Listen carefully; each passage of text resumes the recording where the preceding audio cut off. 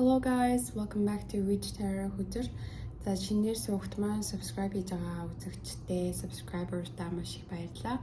Бид өнөөдрийнхөө бичлэгнээр бүгдээрээ хоны ордонд төрсэн хүмүүсийнхаа 7 сарын ерөнхий төлөв байдлыг хартгая.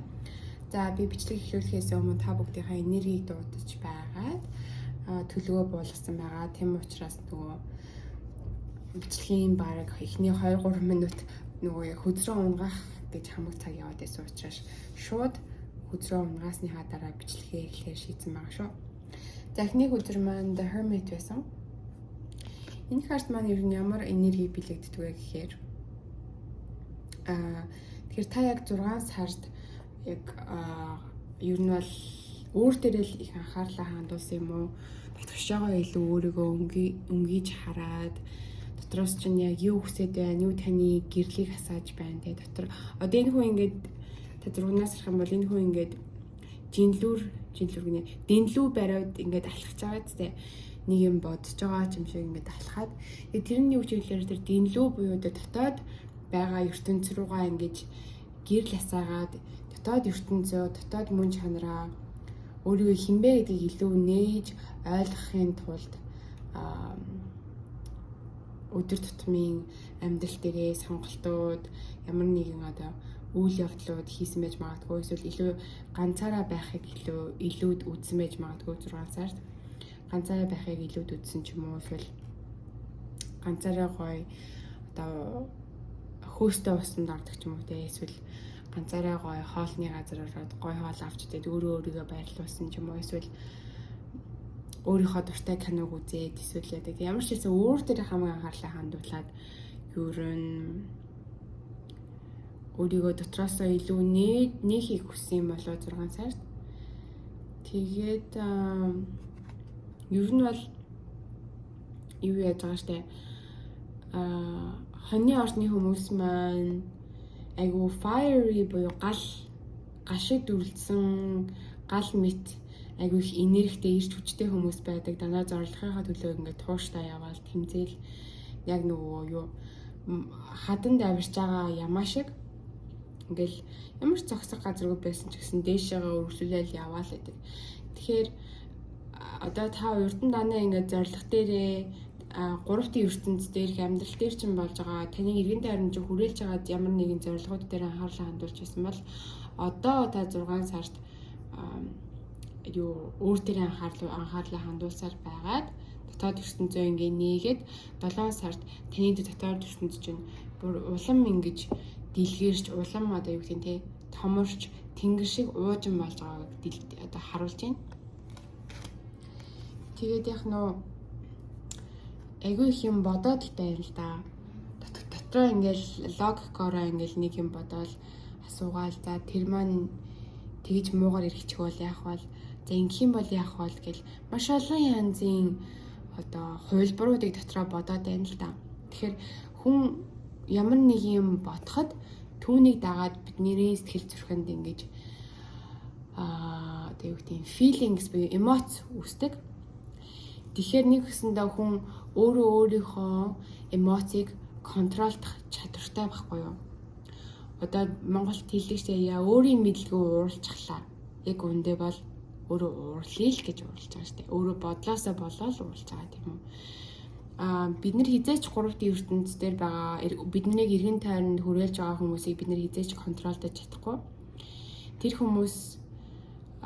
хүмүүсийг өргөлж бидний дуртай зүйлүүдийг хийгээд биднийг дандаа happy байлгаад ерөөсөө стресс төлөхгүй байгаасай гэж хүсвч хизээч тэр бол бүтэхгүй асуудал. Яагаад вэ гэхээр хүн болгон яг өөр өөрсдийн эзэн биеуд учраас бид нар яг өөрсдийнхөө нөгөө нэг чөлөө сонголт хийдэг учраас хизээч одоо өөр нэгэн хүний хүслээр ч юм уу өөр нэгэн хүний ашиг сонирхлын төлөө сонголт хийн гэж ер нь бол ховор. Гэхдээ яг хайртай хүмүүс, гэр бүлийн хүмүүс мэдээж бие биенийхээ ашиг сонирхлын төлөө сонголт хийж байгаа ч гэсэн ер нь ингээд амьдрал дээр гараад үзэх юм бол карьер дээр гараад үзэх юм бол тийм өдөр тутмын амьдрал дээр аваад үзэх юм бол бид нар хизээж бусдыг контролж чадахгүй. Тийм учраас бид нар яаж өөрсдийнхөө эмоцийг өөрөөсөө стрессийг яаж контролдох вэ гэвэл дотроосоо анханасаа бодлоосоо илүү эерэг бодуудыг үүсгэх хэрэгтэй. Хэрвээ таны бодол одоо зүүн сайн гэдэг ч юм уу те одоо юу гэдэг imagination буюу төсөөлөл чинь хамгийн байж болох хамгийн муу төсөөллийг төсөөлж байгаа бол яагаад байж болох хамгийн мундаг хамгийн гайхамшигтай төсөөллийг төсөөлж болохгүй гэж. Яагаад та амьдрал дээрээ тэр хамгийн байж болох хамгийн гой төсөөллийг ерөөсө болшгүй мэт үгүйсгэх ёстой гэж. Угаасаа болохгүй бүтэхгүй гэдэг тэр нөгөө нэг бодол маань та анханасаа яагаад та тийм бодолтой байгаагаа өөрөөсөө асууж үзэх хэрэгтэй. Бага байгаад чинь яг ингээд нэг юм хүсчээс чинь хүснээр чинь болоогүй учраас ингээд юугаа итгэлээ алдчихсан байж магадгүй л дээ. Угаасаа л намайг бага байхаас өмнө миний амьдрал дээр ер нь юмнууд маань хүснээр нь болоогүй штэ. Тийм учраас би яагаад энэ тохиолдолд өмнөхөөс өөр үр дагаврыг одоо expect би хүсэмжлэх ёстой гэж бодож байгаа байх л та. За нэг талаар таны зүвч гэсэн нөгөө талаар нөгөө хорвоо ертөнцийн дээр юм болгоноо ээлжилдэг учраас өнгөрсөнд дандаа нэг юм давтамжтай байгаа болоод исэн бол одоо тэр давтамжтай болсон юм өөрөөр одоо таны хүснээр эргэх тэр боломж байгаа шүү дээ. Тэр боломжийг бити бодлороо бити оюун одоо ухамсараараа төсөөллөөрөө болоод тэгээд цааснашаа үүдээд өөрийнхөө emotion feelings эмоцороо бити тэрийг үгүйсгээч гэж танаас зөвлөе. За тэгээд 7 сар таныг өөрийгөө илүү хайрал өөртөө анхаарлаа хандуулж гэж юм л да. 7 сарын 9-нд байна уу шинэ сар гарч байгаа. Тэр шинэ сар гэдэг маань шинэ эхлэлтэй холбоотой учраас ер нь урьдын 6 сард одоо тэгээ өөрийг чинь хойш татаад исэн дадал зуршил, бодол сэтгэлгээ за тэгээд юу гэдэг нь те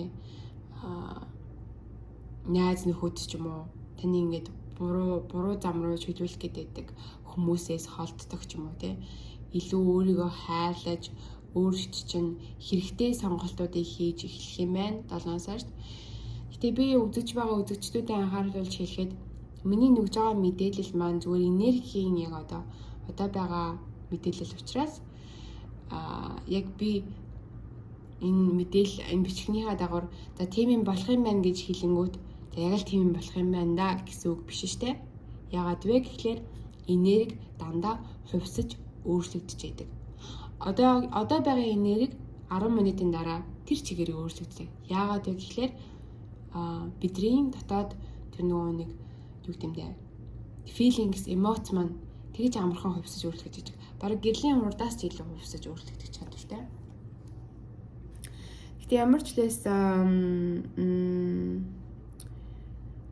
дотоод зүүн савнгаа сонсоод дотоод ертөнцөө сонсоод таныг одоо юу happy байлгах юм бэ?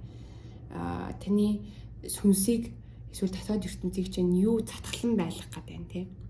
Гой зураг зурхаар гоё ялах гэдэг нөө эсвэл гадаа гараад гүүхээр аяга гоё ялчих гэдэг нөө сэтгэл чинь ингээ бачимдаад ингээд юусоо ямар ч юу ч онгоох чадваргүй болчихсон юм шиг мэдрэмж төрөөж магадгүй л дээ ингээд аяга нэг хаагдчихсан ямар ч дахиад дээрээс нь уус авах боломжгүй. Гэтэл яг үндэ бол бид нөгөө дотоод ертөнцөө дотоод feelings-ээ ингэж 100% нээлттэй онгорхоо тэр чигээр ингээл урсаал бийж идэг урсгалын одоо ямар ч блокгүйгээр урсгахыг гэх юм бол яг нөө өөрийгөө happy байлгах таныг одоо хэдиндээ таны энергийг өндөр түвшинд байлгах тэр зүйлүүдээ бодож тэр үйл явдлуудыг хийж өөрийгөө их хайрлал гинэлтэй хүн тэгээд угаасаа өөрийгөө хайрлахгүй байжээж бусдыг хайрлаж хизэж чаддаггүй. Яагаад вэ гэж та асууж магадгүй. Яагаад вэ гэх юм бол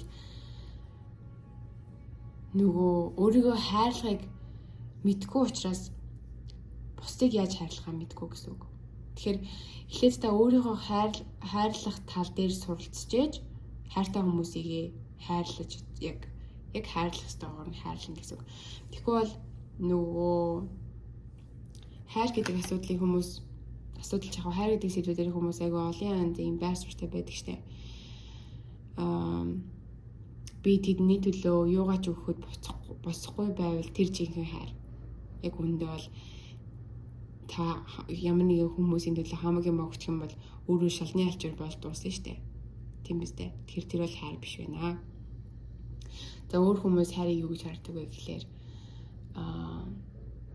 үйл дээр л надаа үзүүлж байвал тэрний намайг муу хийсэн жаасан үйл дээр л надад хайраа илэрхийлж ивэл болоо гэж үздэг бас хүмүүс байдаг шүү дээ.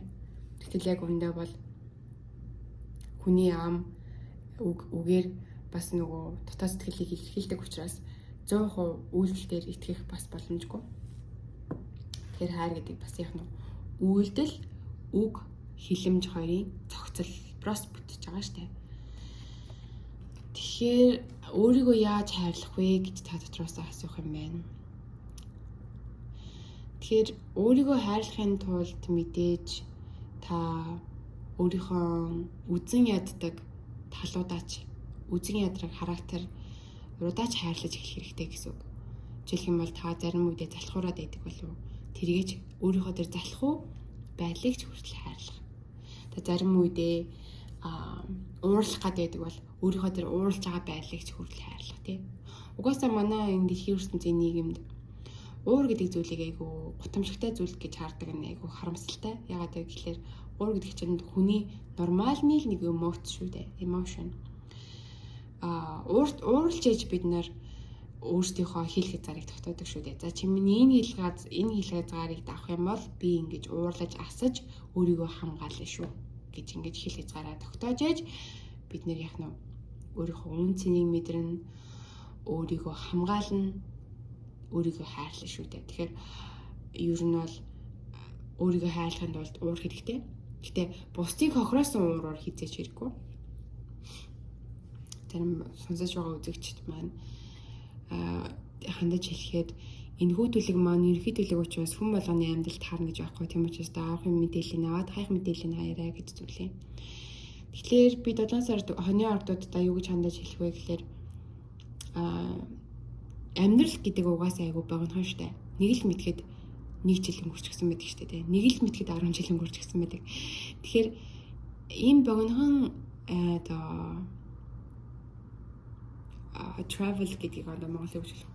Ийм богинохон адал явдлын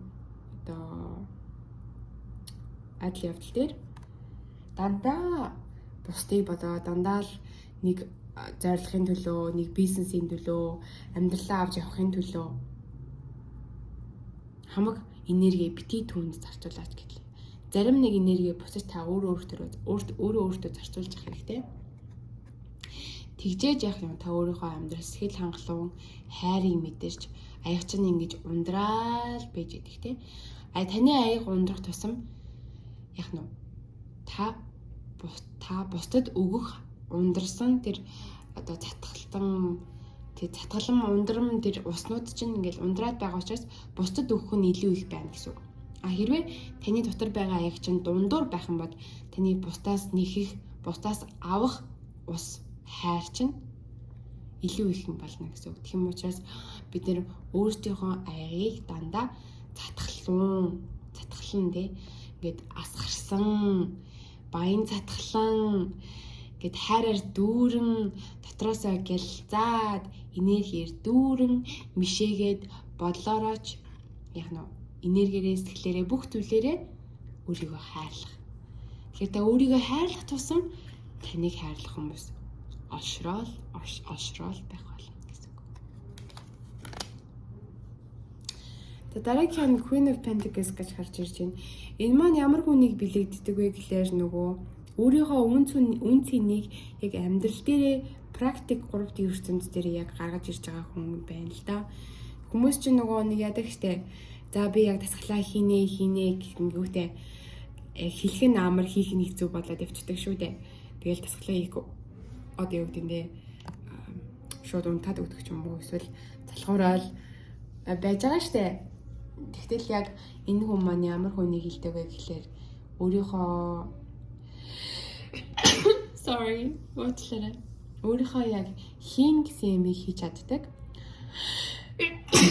Йой. Амлалт өгсөн бол тэрийгэ биелүүлж чаддаг. Тэгээд айгу бат суурьтай тийм нөгөө нэг найдвартай хүнийг бэлэгддэг л дээ. Тэгэхээр яг нөгөө миний бодлоор хоньны ордны хүмүүс айгу найдвартай хүмүүс яагаад тэгэхээр fixed fire баггүй юу нэгсэндээ ингээд гэдэг. Одоо та нэг ямааг төсөөлөл та. Ямаа ингээд уул хадан дээр ингээд авирж ийл та. Хонь тий. Хонь ямаа. Тэгжсэн чинь айгу тогтвортой байдаг штэ ямаа нар чинь тэр нөгөө нэг хөлнийх нь нэг хоёр туурай илээ. Ямар шийсэн нөгөө хумсан мэдгүй. Ямаа хумсгүй штэ ямар тийм нөгөө монгол хэл ямарчаа ямар шийсэн дөрвөн хөлтэй штэ тэгээд нэг хөлн дээр нь яг дөрвөн хөл болгон дээр нь ингээд дундуураа нэг зураастай нэг дундуураа нэг хуваагдсан нэг юм байдаг штэ яг тэрийг ашиглаж уул хадан дээр явдаг штэ яг тэрүүн шиг таны зан характер тийм байна гэнэ л дээ айгуу тогтвортой айгуу найдвартай тэгээд хэлсэн юмаа дуусгах чаддаг нэг ажлыг хийсэн бол тэрийг дуустал нь хамаг хүчээ зориулдаг тийм маш мундаг энерги. Эсвэл таны эргэн тойронд таны амьдрал нэг тийм хүн байгаа мó тэр нэг тийм эмэгтэй хүн queen гэсэн. Таны ээжийг бас бэлтгэж магадгүй. За миний хүү, миний охин чи яг л ингээд амлсан бол ажил дээрээ ямаа ингэж хийж байгаарай. Эсвэл сургууль дээрээ байсан миний охин яг даалгавраа хийж байгаарай. Миний хүү яг багшийнхаа зааснаар яваарай гэж зөвлөдөг хүн байж магадгүй л дээ. Тэгээд дээрээс нь бас нэг Queen of Swords хүн байна. Тэгээд энэ хоёр Queen of Pentacles, Queen of Swords хоёр хүн маань хоёулаа нэг хүнийг бэлэгдэж магадгүй юм л та. Тэгээд Queen of Swords нь ямар хүнийг бэлэгддэг вэ гэх юм бол яг сэлэмшиг хурц ухаанаараа буруу зөвийг ялгаж чаддаг. Тэгээд энэ хүн маань энэ буруу зөвийг ялгаж чадахын чадварлаг бол ийм чадварлаг хэмжээнд хүрэхийн тулд маш олон сорилт, давалт гэдэг үгтэй зовлон гэдэг үгтэй сэтгэл шархлалаар ингэж одоо туулж өнгөрсөн. Тэгээд тэрнийхээ үндсэн дээр өдөөд ингээд өндөрлөгт ингээд суугаад өндөрлөгөөс ингээд зөвийг буруу ингээд харах гад ялгарчлах гад байж байгаа нэг юм байна л да. Урдных нөгөө нэг маш баяны одоо юу experience буюу туршлагаасаа үндэслээд хин ер нь худлаа л тань хин ер нь үнэ хэлээд тань гэдэг ингээд хүнийг ингээд амархан таньж чаддаг шууд ингээд байгаа характераас нь ярьж байгаа хэлээс нь өмс хүнийг угаасаа өмсөн зүйлснээр нь дүгнэ гэж угаасаа хэцүүлтэй. Ер нь ярьж байгаа хэлж байгаа характераас нь л хүнийг ингээд за надад чи нэг иймэрхүү хүн байна да гэдэг ингээд амархан хурц ухааны ашиглаад ингээд шийдвэр гаргацдаг. Тэгэхээр яг хуу энэ дээр хандаж хэлэхэд ертөнц угаасаа нөгөө нэг хар цагаан байдаггүй шүү дээ. Хар цагаан тэгээ буруу зөв тэгээ дээр доор гэж ингэж яг ингэж binary cut буюу ингээд тэгшгээ ингээд зураасгаар ингээд хоёр талд хуваагддаг учраас заримдаа ингээд бидний хүн бусдыг ингээд дүгнэх гээд judge буюу одоо ингээд бусдыг яг ингээд дүгнэх юм л да. Бусдыг яг амархан дүгнэх гэдэг тэрнээсээ бид нэр бас заримдаа татгалзах хэрэгтэй. Яагаад тэгэхээр бид нар яг өндөө бол тухайн хүний одоо өнгөрсөн амьдралдаа туулсан өнгөрсөн амьдралдаа яг юуг ямар амьдралаар туулж өнгөрснийг ямар амьдралаар амьдрсныг ямар сэтгэл зүрхийн шархлыг одоо мэдэрснийг мэдгүй учраас одоо тэр хүнийг одоо байгаагаар нь дүгнэ гэдэг бол тэгээ шууд тэрнээсээ начаа нэг юм байна да гэж дүгнэх нь заримдаа буруу байдаг. Тийм учраас альва зүйлтэй нээлттэй хандах хэрэгтэй. Одоо нэг хүн одоо эсрэг хүснээ сонирхгүй яг өөртөөгөө ижлэхэн хүснээ сонирхдаг хүн байл та. Тэгэхэд зарим хүмүүс одоо ийм хүмүүсийг яаж дүгнэх вэ гэхээр ерөөсө гаж тэ нийгмийн цүнх бараг л хүн биш араатан ч юм уу тэ хүний тоонд хүн биш учраас хүн шиг төвнийг хүндэлж харьцахгүй ч юм уу тэ. Тэгэхээр гих мэт бидний нөгөө нэг бодол төсөөллүүд шууд биднэр рүү ингэж judgment ингээл өгөхгүй дэдэг. Нэгсдээ дүгнэлтүүд ингээл араараас нь шидэлээдэг биднэр рүү. Тэгэхээр таны бодолд орж ирж байгаа болоод таны дотоод дуу хоолой гэж ярил л да. Зүн сон биш үү? Дотоод дуу хоолой чинь заримдаа ингээд тань руу ингээд дүгнэлтүүдийг шидэл та. Тэгэхээр тэр дүгнэлтүүд бүгдээр үнэн байх шаардлагагүй гэдгийг л анхаарах хэрэгтэй шүү дээ. Зарим зүгээр нөгөө нэг төсөөллөөс үүдсэн дүгнэлтүүд байж байхыг үгүйсэхгүй. Тийм учраас альва ситуацид ер нь ямар ч тохиолдолд амьдрал дээр миний бодлоор яг сайн хүн муу хүн гэж шууд дүгнэх аюу хэцүү байдаг. Яагаад гэвэл юм гэдэг хоёр талтай учраас ер нь альва зүйлийг маш олон талаас зөвхөн хоёр талаас бэлтгүү. Хоёроос олон талч байгаа шүү дээ альва зүйлд.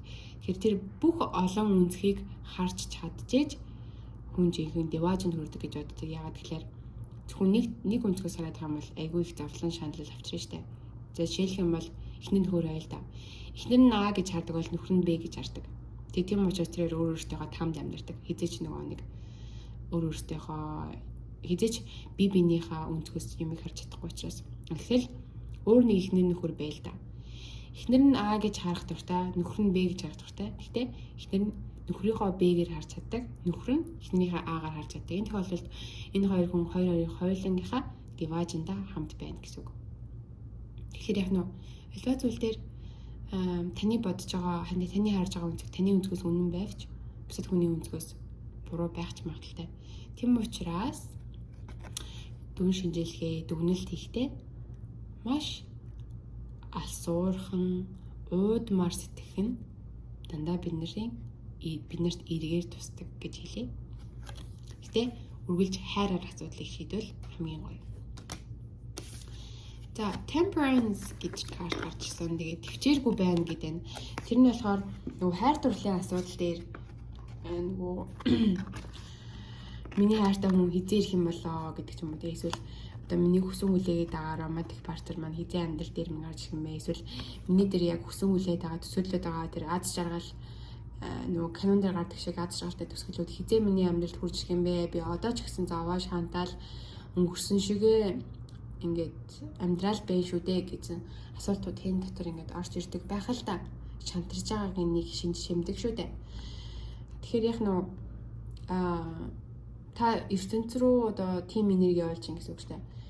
Би ийм юмар дутаад байна. Ийм юм надад хэрэгтэй байна. Би ерөөсө 100% амьдралтаа хангалуун биш байна.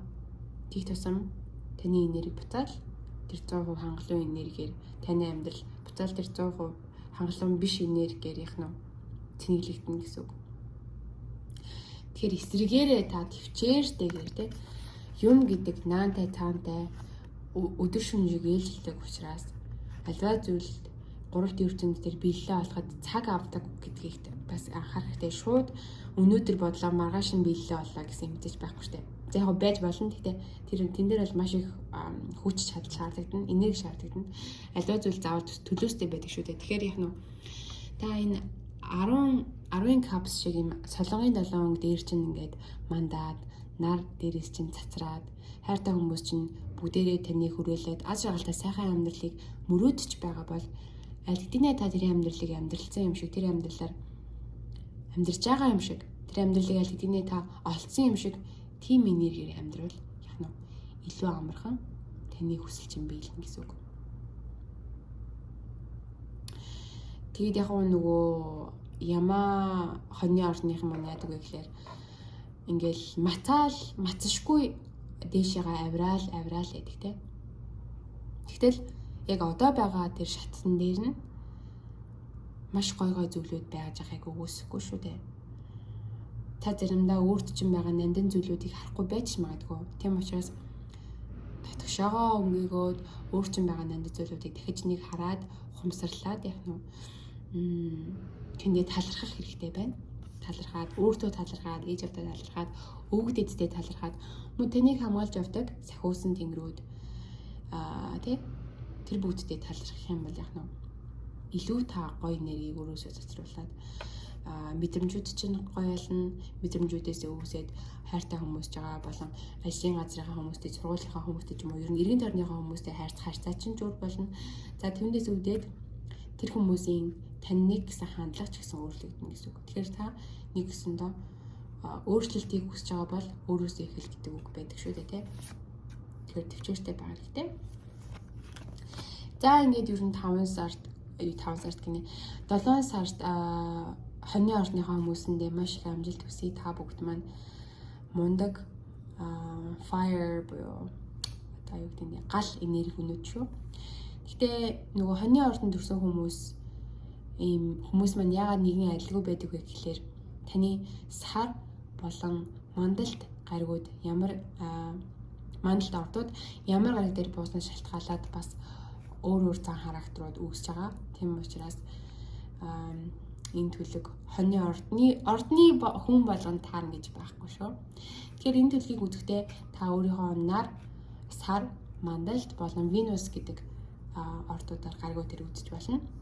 Тэр маань юу гэсэн үг вэ? Хэрвээ таны нарны орд, хоньны орд бол нарны орд нэ хэрвээ таны нар гэдэг гариг маань хоньны ордонд төрсэн бол хэрвээ таны сар хоньны ордных бол хэрвээ таны мандалт орд маань хоньны орд бол хэрвээ таны Венус гэдэг гариг таны хоньны ордонд байрсан бол энэ төлөв танд хамааралтай гэсэн үг. За дараагийнхаа дугаар хүртэл баярлалаа.